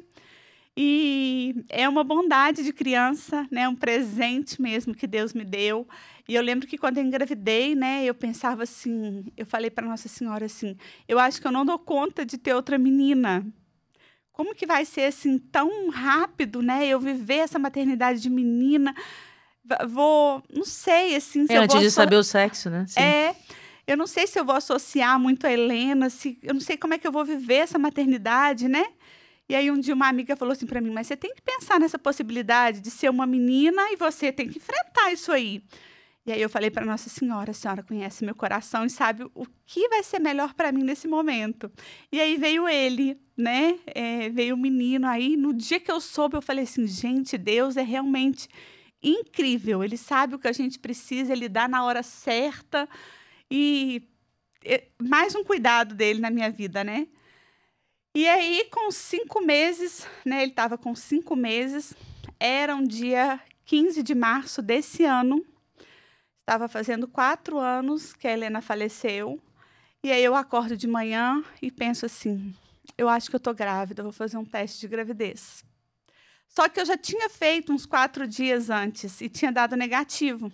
Só que a data do dia 15 de março, ela sempre é muito difícil para mim. Eu falo que depois de uma perda, todas as datas são difíceis, né? Natal, os aniversários, Dia das Mães. Mas o 15 de março sempre foi uma data muito dolorosa, porque as outras datas, eu sempre tive lembranças boas, né? De festa, comemoração. E o 15 de março não, foi uma data muito doída. E aí eu acordei e falei, vou fazer um teste de gravidez de novo. Que você tinha feito 4 dias antes e tinha dado negativo. Negativo. E o teste deu positivo. No dia que estava fazendo 4 anos que ela faleceu.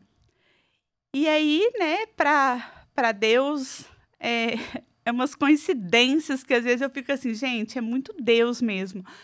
A data prevista do nascimento da Maria Antonella é a mesma data da Helena. Gente. 15 de novembro. Né? A Antonella está prevista nascer 15 de novembro. A data prevista da Helena a sua barriga já está bem... Tá enorme. A data prevista da Maria Antonella é 15 de novembro, só que a Helena antecipou, né? Ela veio no dia 26 de outubro.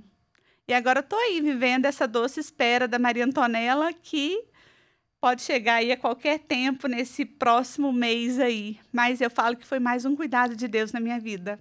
Não, como é que Deus é carinhoso, delicado. Muito, né? Ele falou assim, esse dia 15 que é tão difícil, tão sofrido, vamos te dar um presente nesse dia. E deu a sua bebê aí. Deu. Olha só. E dessa vez veio uma menina, né? Ele falou, agora te dei um menino, já passou pela maternidade primeira aqui da volta. Isso aí. Agora você está pronta para ter uma menina. Estamos aí, agora eu estou pronta para... Do céu ele falou, agora você está pronta para ter uma menina. Sim. Gente... E até hoje, assim, né? Hoje eu falo que os meus 2 intercessores, né, Helena e Tiago, nos meus momentos, assim, de desespero, eu falo que não é porque eu passei por isso tudo que hoje eu não tenho problemas, né? A gente vive aí uma vida de constantes desafios, que não é fácil, né? Mas eu sempre falo assim, Deus, eu tenho 2 intercessores no céu, né? E aí eu peço tanto para a Helena quanto para o Tiago, para interceder pela minha vida, pelas minhas angústias, meus medos, as minhas saudades, né? Os meus recomeços. Mas eu falo que essa semana eu postei uma foto no meu Instagram, né, com o Bonifácio no colo, um ensaio de gestante mesmo, e eu pensei, Deus realmente tem feito maravilhas na minha vida, né? Porque, olha só, eu perdi uma filha, ele me deu 2. Então, lá atrás, quando eu pedia para ele restaurar minha vida, como ele fez na vida de Jó, né? Ele ouviu a minha oração. E na minha fé aí, no meu caminhar, que ainda é muito pequeno, ele tem cumprido as promessas dele e me dado grandes presentes. E Deus é tão legal, né, que ainda te deu um marido. Ainda me deu um marido. Que é maravilhoso, que ele podia falar assim, não quero que você fale no seu passado. Eu não quero que você fique contando essa história. Eu não quero que você reviva isso. Eu não quero. Mas não, tanto é que ele está aqui nos estúdios com você, ele trouxe seu filho, ele fala assim, não, tem que falar, precisa falar, tem que dar o testemunho, porque o seu testemunho vai edificar a vida de muitas pessoas. As pessoas falam, caramba, se ela perdoou o assassino do marido e da filha, eu não vou perdoar porque, sei lá, eu rezei tanto pela minha avó, não morrer e o câncer levou minha avó, eu não vou perdoar porque eu não sei o que lá, não sei o que lá. Então as pessoas, é possível perdoar. Sim. Claro que é possível. E como o perdão deixa a gente leve, feliz, em paz, tranquilo e transforma tudo. Imagina se você ainda tivesse com raiva daquele homem até hoje. Exatamente. Talvez você não tivesse casado, não tivesse dos seus filhos. Não, eu não teria vivido dos seus nada filhos, disso. nada. Você estaria amargurada e sempre revivendo um problema. Eu não teria vivido nada disso. Não, essas bênçãos todas não aconteceriam na sua vida. Não aconteceria. Eu falo que realmente o perdão foi libertador para mim. Acho que mais para mim do que para ele. Com né? certeza. Porque ele, eu sei, né, que vive uma vida extremamente difícil, né? Então, assim, nossa, não consigo mensurar o peso que ele carrega aí quando ele deita, né, a cabeça no travesseiro. Pelo seu relato, me parece uma vida de remorso e não de arrependimento. Porque o peso do remorso é o que faz isso aí que ele está tentando fazer, como Judas fez. O peso do arrependimento, ele é libertador. Foi como Pedro fez. Então, eu acho que a diferença dele é essa. Ele já tem uma Bíblia, está lendo, mas ele precisa, que ele esteja lendo. Ele precisa ir para o arrependimento e não para o remorso. Eu me lembrei de duas histórias aqui. Uma muito conhecida, né? Que quando o Papa João Paulo II vai até Aliaca e para perdoá-lo pelo tiro que deu nele, e não morreu porque Deus não era a hora, né? Porque a bala não faz curva dentro de ninguém, a bala fez uma curva dentro do corpo do Papa e por milímetro ele não morreu ali na hora. E o Aliaca não entendia, ele não conseguia entender. Ele falava assim, por que não morreu? O Aliaca não se arrependeu. Mas João Paulo II foi até ele dar o perdão. Não importa se o cara não se arrependeu. Foi como você fez. Se o cara estava arrependido ou não, a história do cara, isso não estava te interessando. Você queria dizer para ele, eu te perdoo. Ok, toma, meu filho, eu te perdoo. Vai, te perdoo. Foi o que o Papa João Paulo II foi fazer com o Aliaca. Mas o Aliaca não conseguiu entender e ficava assim, eu fui treinado para isso. E só perguntava, por que você não morreu? Quem te salvou? Quem é essa tal de Fátima? Quem é essa tal de Fátima que te salvou? Porque era impossível o Papa João Paulo II não morrer, né, naquela circunstância. E o segundo caso que me lembrou foi Imaculée Libagiza. Ela era de Ruanda, não sei se você conhece a história dela. Não. Ela escreveu um livro chamado Sobrevivi para Contar. O livro é muito forte, porque ela era de uma tribo em Ruanda e começou guerra entre as tribos. Os Hutus contra os Tutsis. Exatamente, os Hutus contra os Tutsis. E eu não lembro qual era a tribo dela. Mas começou guerra entre as tribos, mas ela era filha de um professor da tribo. A mãe, não sei se a mãe era professora, o pai era professor. Eram pessoas, assim, viviam na África naquelas tribos, mas com instrução. Era uma família direito, unida, ela tinha os irmãos e tudo. Entrou essa tribo, e começou o que eram amigos antes, vizinhos. Começou com um facão, matando todo mundo, uma loucura. Parecia todo mundo encapetado, era a sensação que estava. Ela conseguiu se esconder.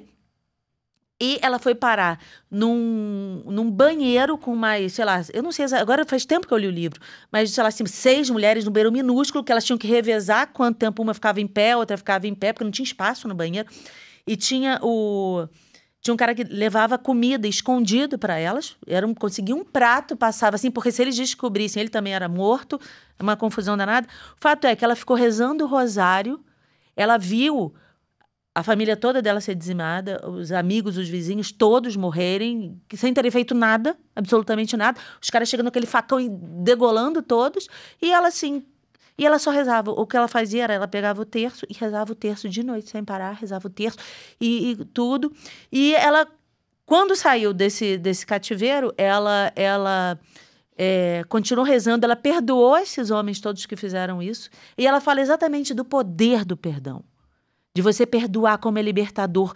E ela falava assim que um dia ela imaginava ela trabalhando num local internacional, foi trabalhar na ONU, ela foi crescendo, sabe? É uma coisa assim, ela dá palestra no mundo inteiro hoje. Uma vez veio no Rio de Janeiro, deu uma palestra aqui, impressionante também, a bondade, o perdão dela. E ela diz o quanto que transformou a vida dela ter perdoado essas pessoas, né? O quanto aquilo mudou tudo para ela. Ela não, mesmo ela viu eles fazendo aquelas barbaridades, ela ficava dentro do banheiro e ela ouvia eles passando e dizendo coisas como vamos matar, vamos degolar, pareciam uns bichos selvagens assim, tudo com sangue no olho, não sei o que, ela morrendo de medo, que dava medo. Ela saiu de lá um fiapo humano com, sei lá, 30 e poucos quilos, porque não, né? Foi quase aqueles cativeiros mesmo. Foi ela uma coisa estudou horrível. Inglês também? Dentro do banheiro? Dentro do banheiro. Gente, a mulher, assim, a história dela é incrível. Mas o mais incrível é o poder do perdão. É o poder do perdão. E hoje eu vejo, assim, tem tantas pessoas que carregam mágoas até sem saber o motivo, sabe? E atualizam a mágoa. Elas atualizam, vem trazendo a mágoa junto. Muita gente, às vezes, me manda, né, um depoimento, uma pergunta. E aí eu falo, mas por quê? Você sabe que eu nem sei por que eu não converso com fulano? Então, assim, não sabe nem... O motivo daquela briga, sabe? né? Às vezes é uma coisa tão pequena, né? E carrega aquela mágoa, aquele rancor, aquele ódio mesmo. E eu fico assim... Ai, a vida é tão mais leve quando a gente consegue... Porque eu hoje colho frutos disso, né? De uma decisão que não foi fácil, né? Você está diante de uma pessoa que tirou a vida da sua filha, do seu marido, que destruiu toda a sua família, a sua vida, assim... Porque eu falo que eu ali com 36 anos, eu resetei, foi como se eu tivesse nascido de novo. Tivesse que começar do zero, a dar, né, aprender até a comer de novo, a dar os primeiros passos, a sair de casa, a frequentar o mundo lá fora. Então, assim, não foi nada fácil passar por isso, né? Quem me acompanhou ali nos primeiros meses viu o meu sofrimento, né? Viu o tanto que foi difícil. Quem conhecia ali a minha história, a minha família... Como que a gente era, né? Por isso que muitas pessoas sofreram comigo. Então, chegar no perdão realmente não foi fácil, né? Foi algo extremamente difícil.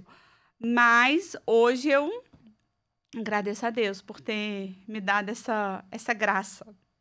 É uma graça. É uma graça. É uma Com graça. certeza. Mas também é uma decisão, como você falou. Não é fruto de outra coisa, a não ser de uma decisão. Eu quero, eu vou perdoar. Como também é fruto... de uma decisão, eu vou me confessar. Tem muita gente que não se confessa, não sei por quê. Exatamente. 20 anos, 30 anos, 40 anos, 50 anos sem se confessar e acha que tá bom. E não tá, não. Tá péssimo. Tem que se confessar. É importante se confessar. Além de dar o perdão, é importante se confessar. Todos vocês que estão me vendo, se confessem. É importante se confessar. Isso que vocês estão falando, né, da importância de tudo isso. Que você primeiro... tem que querer, porque tem gente que não quer perdoar. Tem gente que diz assim, eu não perdoo fulano. Eu não quero, eu odeio fulano. Eu não quero, mas ele matou meu pai e eu odeio ele, eu quero que ele morra, eu quero que ele não sei o que lá. Aí vai botando toda aquela carga em cima. A primeira coisa que a pessoa tem que fazer assim, não, eu quero perdoar o fulano. Eu não consigo. Eu não consigo, porque não é fácil. Não é. Eu não consigo, mas eu quero. E conforme você vai dizendo, eu não consigo, mas eu quero...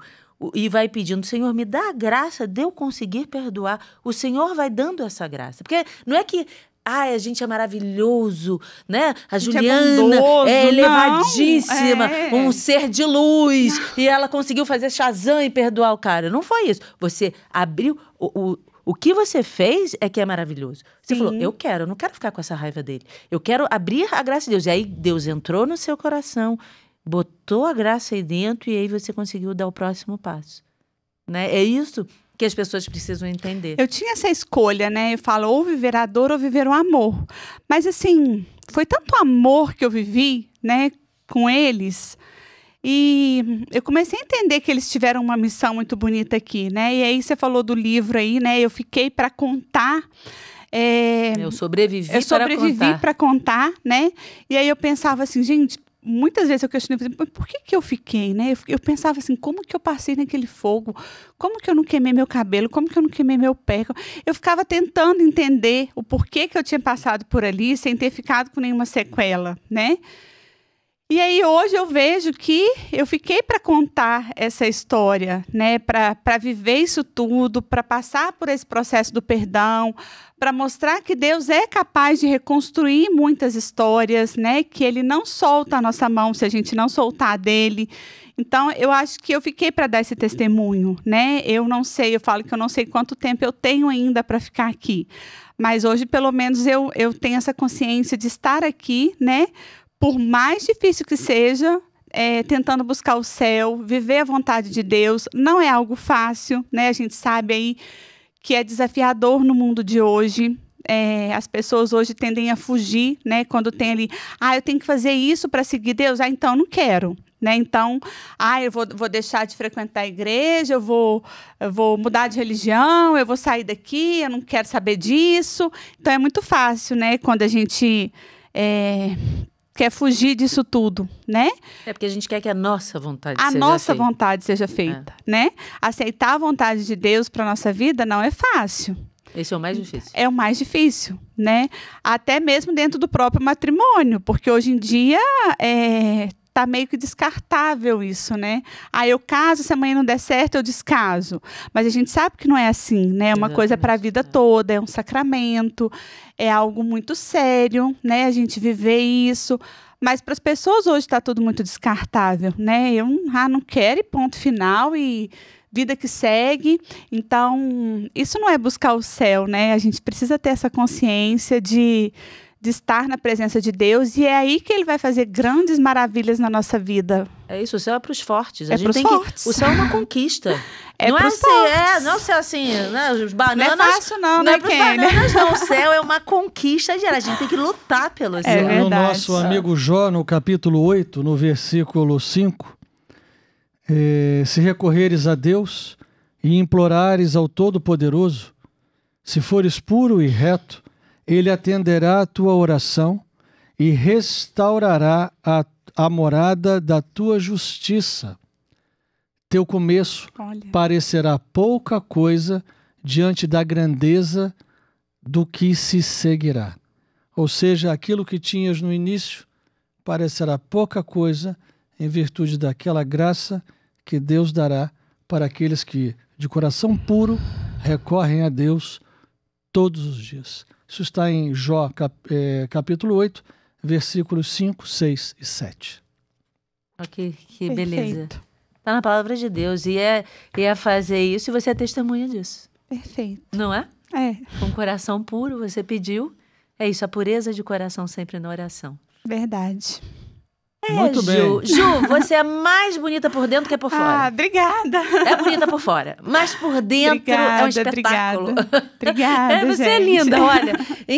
Encantador tudo que você diz pela beleza do seu coração. Obrigada. E verdadeiramente edifica vidas. Agradeço muitíssimo você ter vindo com o seu marido, com o seu filho. Eles podiam entrar aqui pro povo ver, né? Como é que você tem uma família linda. Também acho. A outra tá no forninho aí, ó. Tá no forninho. Pede a produção para chamá-los aí. Traz eles aqui, gente, porque eles é uma família tão linda. O pessoal vai conhecer vale a pena. O Bonifácio 1 e 2. Bonifácio pai e Bonifácio filho. Bonifácio pai e Bonifácio filho. Não chamam de Boni? Não. Chamam de Boni, não. Chama de Bonifácio. O pai chama de Sasso. E o pequenininho ainda tá sem apelido, tá? Um Bonifacinho que tá muito comprido. Bonifacinho? Se ele não estiver dormindo. Será que tá dormindo, Será gente? Que Bonifacinho não, mas dormiu? eu acho que vale a pena ver essa família linda, né? E porque o testemunho realmente é maravilhoso. Enquanto eles estão chegando aqui, que eu sei que vocês querem ver, de dizer para vocês, se inscrevam no canal. Por favor, gente, né, gente? Mandem esse episódio para muita gente ver a riqueza disso tudo. Deixa o seu like. Apareceu o Bonifácio. Entra aqui, ó. Cuidado para não bater a câmera. Oh, meu Deus, que menino lindo! Olha o pai e o filho aqui. Mas ele tem que... Ele tá aparecendo? O pai também? Meu Deus, o pai tem que aparecer. Peraí, deixa, abaixa aqui. Abaixa aí. Abaixa aqui pra todo mundo te ver ali na câmera. Não, abaixa mais um pouquinho. Mais. Lá, peraí, abaixa aqui. Isso. Aí, olha que família linda. Olha, ele vai falar. Fala alguma coisa. Fala oi. Fala oi. Fala oi. Oi, pessoal. Oh, meu Deus, com esses olhões azuis aí, lindo. Gracinha, gente. Muito bom, viu? Muito obrigada. Eu que agradeço, gente. Depois a gente quer conhecer a Antonella, né? Claro, ela tem que voltar aqui com ela. Em breve. Se Deus quiser, ele gostou. Depois você vem falar aqui, hein, Bonifácio? Ô, Bonifácio. Olha lá, ela chamando você. Você mesmo. Depois você tem que vir aqui falar com a gente também. Eu vou. Obrigada, gente, viu? Deus abençoe muito vocês. Amém. Obrigada pelo convite. Foi um prazer estar aqui com vocês, viu? Que bom. Um beijo, gente. Fiquem com Deus, valeu. viu? Tchau, obrigada.